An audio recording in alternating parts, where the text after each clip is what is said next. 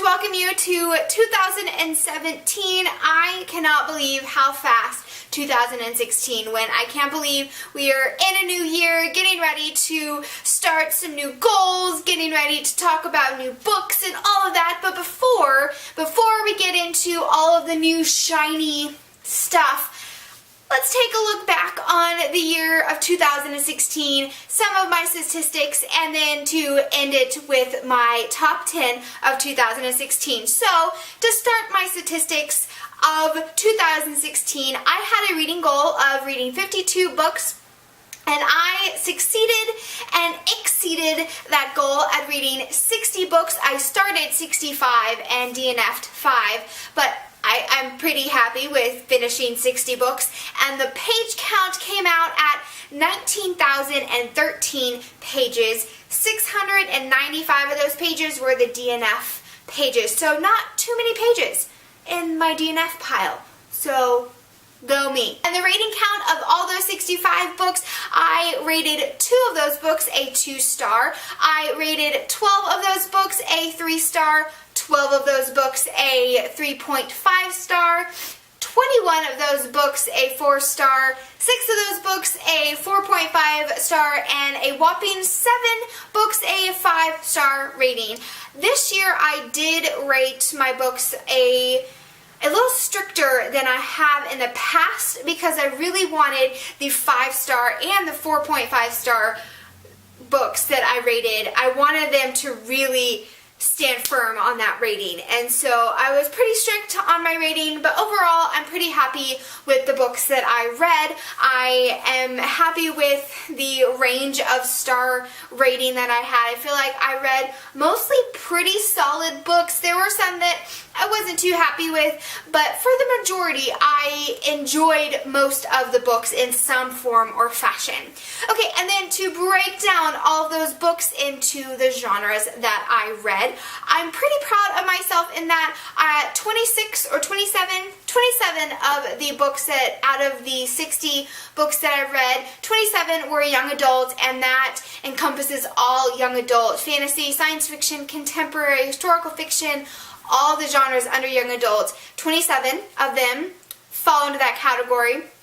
And then the other 33 are all adult books, and that are science fiction, fantasy, some historical fiction, a couple mystery thriller, which I'm pretty proud of myself because I don't normally read mystery thriller in that genre. One of them was a nonfiction, and a couple were middle grade as well. And so I'm pretty proud of the range of books that I read. I feel like I stepped out of my comfort zone in some of the genres, especially in adult fantasy and science fiction, because that was a place where I read a lot of science fiction, fantasy in the young adult, but not in the adult genre. And so I'm pretty proud of myself on just a wide variety of books that I read. 2 places that I do want to continue to work on. The first one is where the author originates from. I really wanted to step out and read more books from different authors from different countries, and unfortunately most of the books that I read, actually 75% of them, are United States authors, and then some from Canada, some from the United Kingdom, one from Germany, and one from the Dominican Republic. And so I do want to branch out in that area in 2017 and read more widely on the different countries that authors are from and the different countries that they are talking about. So I am going to push myself to be even better this coming year. And then the other area that I want to continue to work on, I improved this year. Last year I finished the year at 68 books, and only 6 or 7 of those were written by male authors. And this year I read 15 out of my 60 were male authors, and it's not exactly where I want to be, but we're moving in the right direction. So I think that is the last statistic that I want to talk about. So let's move on to the top 10 books of 2016. 2016, starting with the book that came in at number 10, which is Harry Potter and the Sorcerer's Stone, specifically the illustrated edition by J.K. Rowling, illustrations done by Jim Kay. I have read the Sorcerer's Stone, I don't even know how many times by now, but I have to say that the illustrations just brought something new to the story and just brought back some of that magic that reading Harry Potter for the first time had. And it was such an enjoyable time that I couldn't make my top 10 list without putting this book on there. So this is a book that came in at number 10.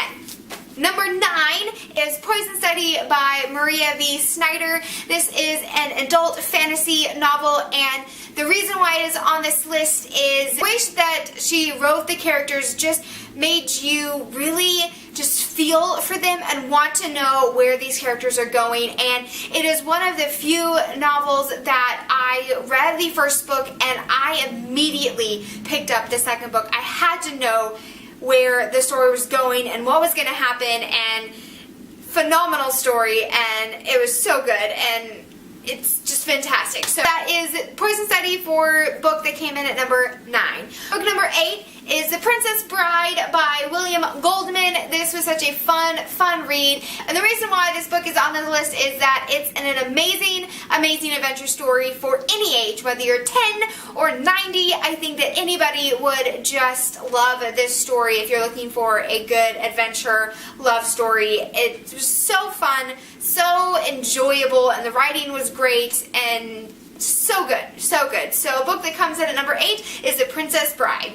Number 7 is Insurrection by Katie Carter. This is her debut novel. It came out in the middle of 2016, and this book was phenomenal. It is a young adult science fiction novel with one of the best kick-butt, hardcore, amazing female main characters that I have met. Sailor is just one of the reasons that I loved this book. She is strong, she is loyal, and it just has this wit about her that really just makes you root for her from the beginning to the end. And I just loved the story, and I'm looking forward to continuing on in this series with Incomplete, which comes out in February, I believe, of this year. So if you have not read Insurrection by Katie Carter, you definitely need to pick it up. So that is a book that comes in at number 7. The book that comes in at number 6 is The Fellowship of the Ring by Jarl Tolkien. This is the first time that I've read this book myself. I've listened to it and I have watched the movies countless times, and I have to say that the reason why this book is on this list is that, one, the writing is just beautiful. Just the way that Tolkien just describes things is just absolutely beautiful, and reading the story, I feel like I just met the characters in a new way, and rewatching the movie, I feel like I just know these characters in a deeper way than I've never had before, and I understand the story in a way that I've never before, and it was so enjoyable. So if you've only watched the movies, I definitely recommend picking up the series because it's just phenomenal, and you'll get something out of it. Even if you've watched the movies a million times, you will get something out of the books. So phenomenal, so phenomenal. So the book that comes in at number 6, The Fellowship of the Ring. Moving along to book number 5, and that is 10,000 Skies Above You by Claudia Gray. This is the second book in the Firebird trilogy, and I absolutely love this series. It is so amazing. I just currently reread this book, finished it today so I could start on the third book, and I have to say the reason why this is on the list, one, is just the writing is phenomenal. I just absolutely love Claudia Gray's writing, and I loved this book in that it gave you more world building than the first book. It gives you more character development, and just there are some aspects of it that were a little bit annoying, but I just love the progress and the journey that Marguerite goes on in this story, and the twist at the end is just phenomenal, and I cannot wait to read the rest of the third book. And so if you have not read the Firebird trilogy, definitely recommend picking it up. It's a young adult science fiction novel and so good. And can I just say, I have to say it, the covers are phenomenal. I mean, they are just absolutely beautiful and stunning and so amazing, so amazing. So that's a book that comes in at number 5, 10,000 Skies Above You. The book that comes in at number 4 is Dark Matter by Blake Crouch. This is an adult science fiction novel that, oh my goodness, I could not put down. I read this in one day during the Dewey's 24-hour readathon, and it evoked every emotion out of me.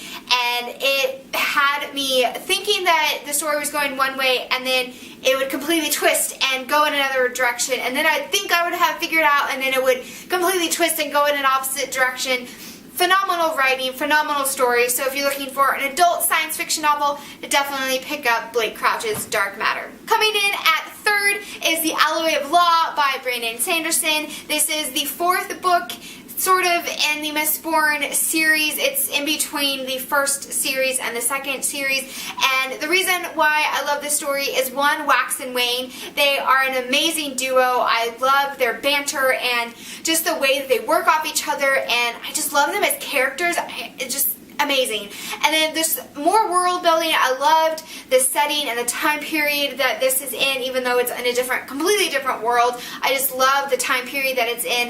And then I felt like the plot just was so fast-paced that I just could not put it down. It's definitely, personally, I think the most fast-paced of the books that I've read in the Cosmere thus far, and such an amazing story. So if you've only read the first 3 and are thinking, oh, I don't want to continue, you need to at least read Alleyway of Law, because it's so phenomenal. And it is the shorter of the books by Brandon Sanderson, so you can't go wrong there. So definitely pick up The Alleyway of Law if you have read the first 3 books in the Mistborn series. It's phenomenal, phenomenal. So that's a book that comes in at number 3.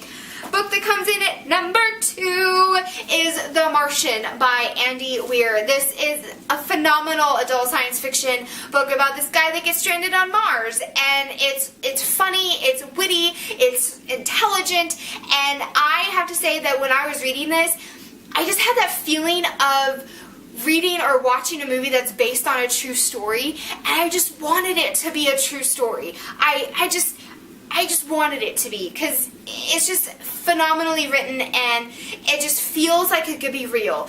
And I just loved every moment of this book. It was so phenomenal. It's one of the first books I read in 2016, and not very many books topped it. It was so good. So that's a book that comes in at number 2.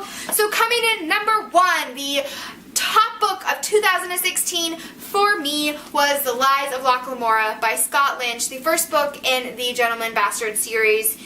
This book took me 2 years after buying it to finally pick it up, and I could not put it down. It was so amazing. First, the character development is just so engrossing. You are so connected, not just to the main character, but you are connected to all of them, and you feel for all of them, and you feel what they feel, and you hear it. Just the character development is just spot on.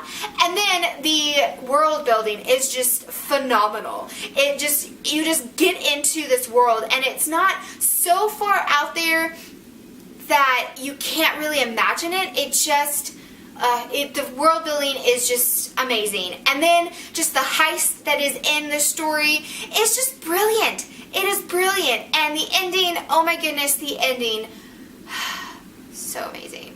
So amazing. This book was so fantastic. If you like adult literature, even if you don't really like fantasy, I think you would like Lies of Locke Lamora if you like a heist type story. It's phenomenal. Phenomenal. Amazing. Hands down, one of the best books I read in 2016, and one of the best books I've ever read. So, okay, so that concludes my top 10 books and my statistics for the year 2016. Guys, it was an interesting, great year, but overall, I'm really proud of the reading that I did. And guys, I hope you had an amazing reading year in 2016, and I am so looking forward to the adventures and the characters and the stories that I'm going to encounter in 2017. So, as always, guys, I hope you're having a great reading month, and I will see you on the flip side. Bye! Zazzles wants to say hi. She says hi. Okay, not really. She's like, put me down.